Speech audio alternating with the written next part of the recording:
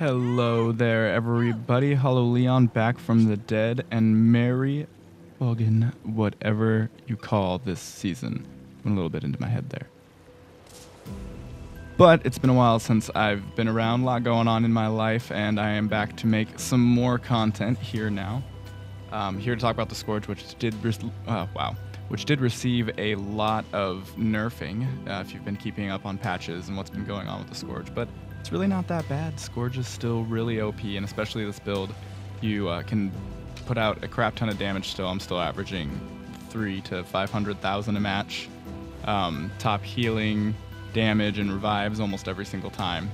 This is still a really overpowered build, and you become more tanky while still putting out just as much damage as most other Scourge builds, but maybe not quite as much. Anyways, let's get straight to it.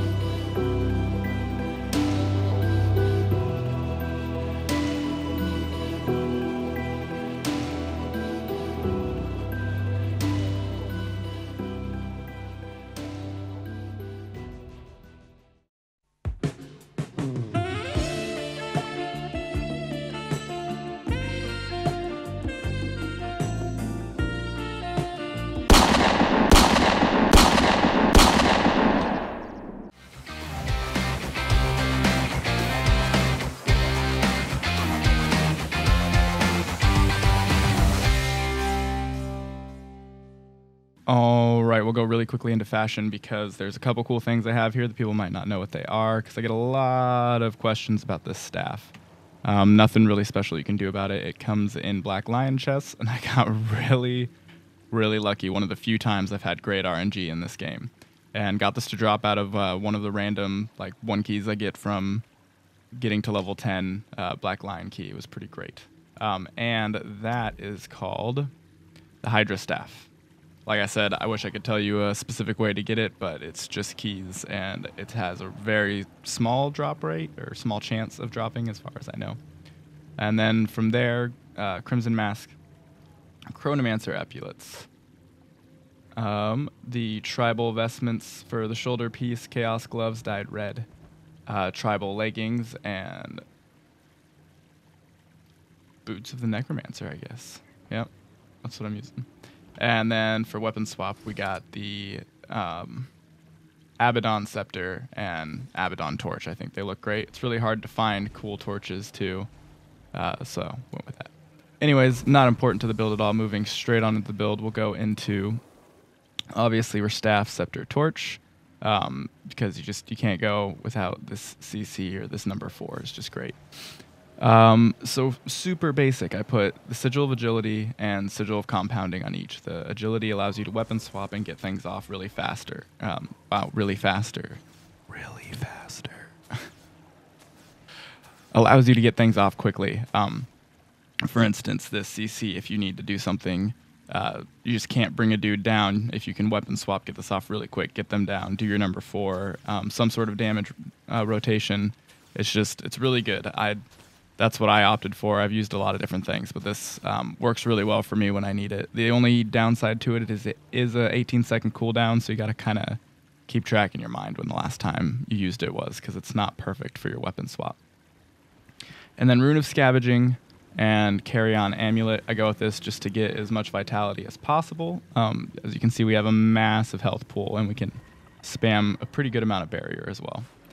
Rune of Scavenging we go, so that 7% of vitality is converted straight back into your condition damage, so we can get this whopping 1,500 condition damage, which is pretty insane. It hurts. Don't want to mess with it. All right, we go Soul Reaping, Blood Magic, and Scourge. Really simple. Increased life force gain from skills. That's just so we can spam all these Scourge skills. Scourge, that's what I'm also working on that. It's called Scourge. So yeah, extra life force means more of this, which is your bread and butter. Your F skills here, your bread and butter of this build, which that's what makes it great. That's what gives you the damage, condition removal, barriers, yada yada. All right, marks become unblockable and generate life force. This is why we go with staff, because all of these become unblockable, which is great. So you're always going to get your fear off on people, and they also generate life force. So this is what this build's all about, is getting as much life force as possible and spamming your F skills. So it's got a really low skill cap. So gain lesser spectral armor when you drop below threshold to be a little bit more tanky and get a little bit more life force. Gain vitality. I went with this just to pump it into vitality more, which gives us more condition damage the more vitality that we have. So another 180 boost, and then also your shroud skills gain reduced recharge, which that's another reason we go with it and why it's invaluable. And it does, if you take this off, you can see your F2 would go to 8 seconds instead of the 6.5, so you can get that Condi cleanse way more often. Not way more, it's a little bit more often. Maximum life force is increased, deal more damage when above the life force threshold 15%, which will be most of the time. You're going to be above that most of the time, so this is just a flat DPS boost.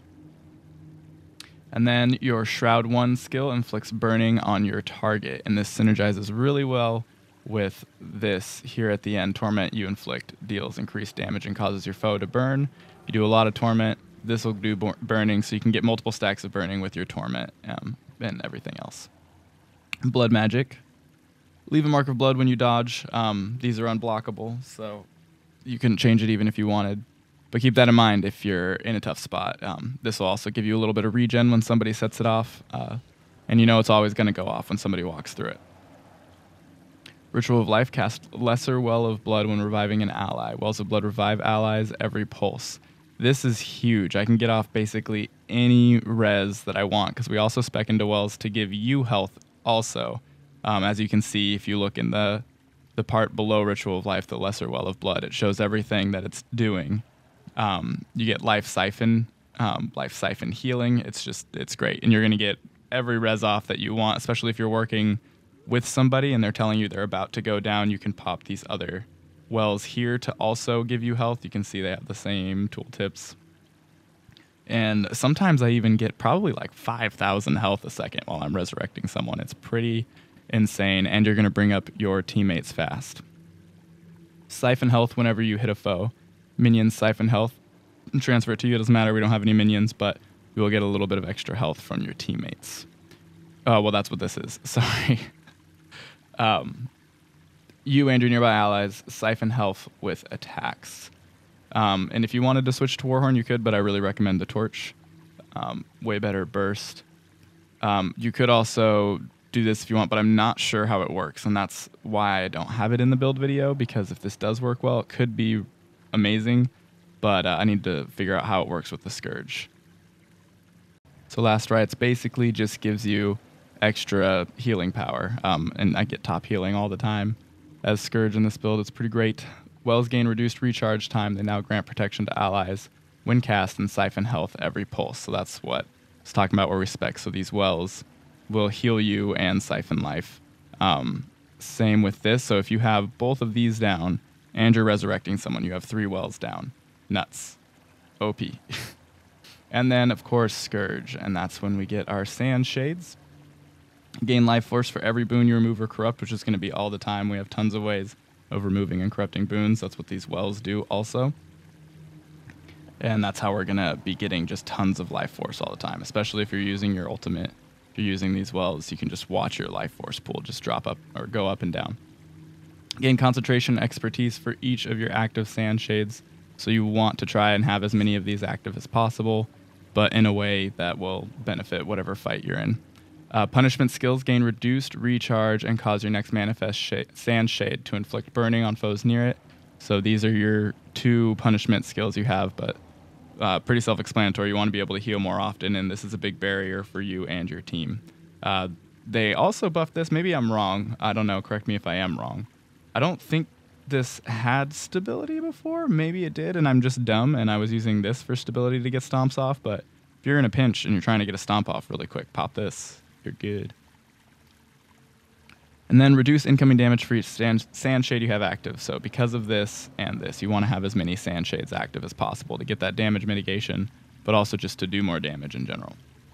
And then the final one, torment you inflict deals increased damage and causes your foes to burn.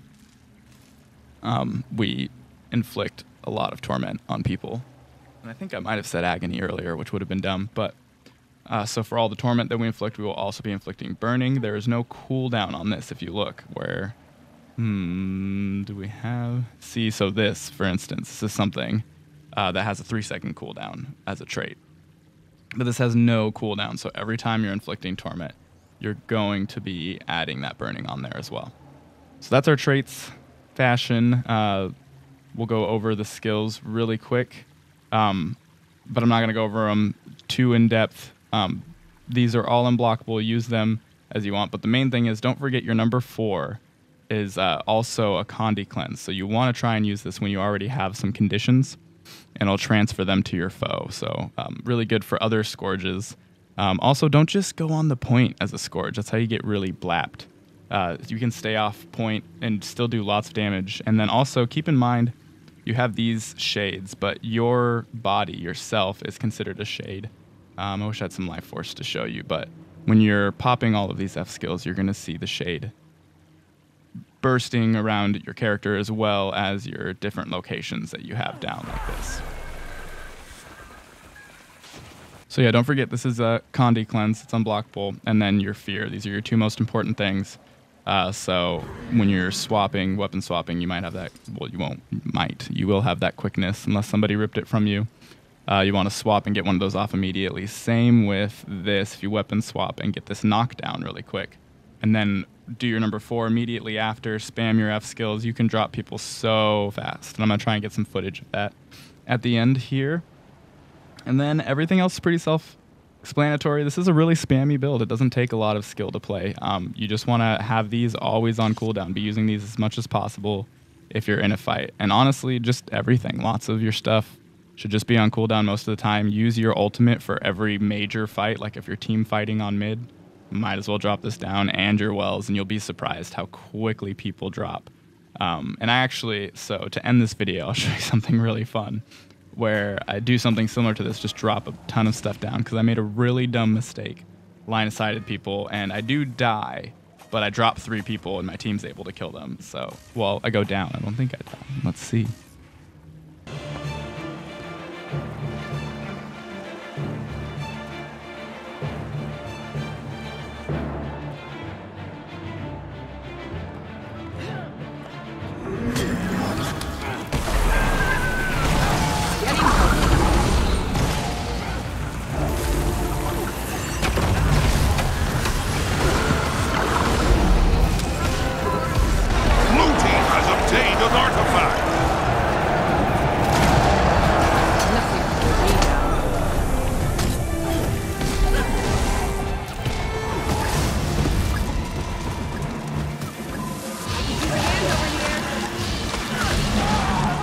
Lost the field.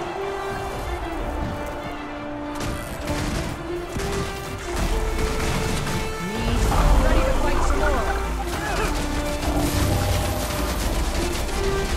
Might makes me useless.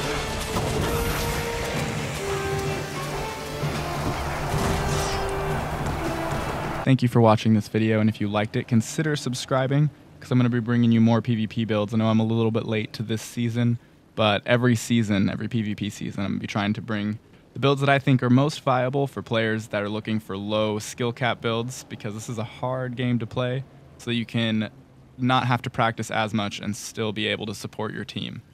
So once again, thank you for watching.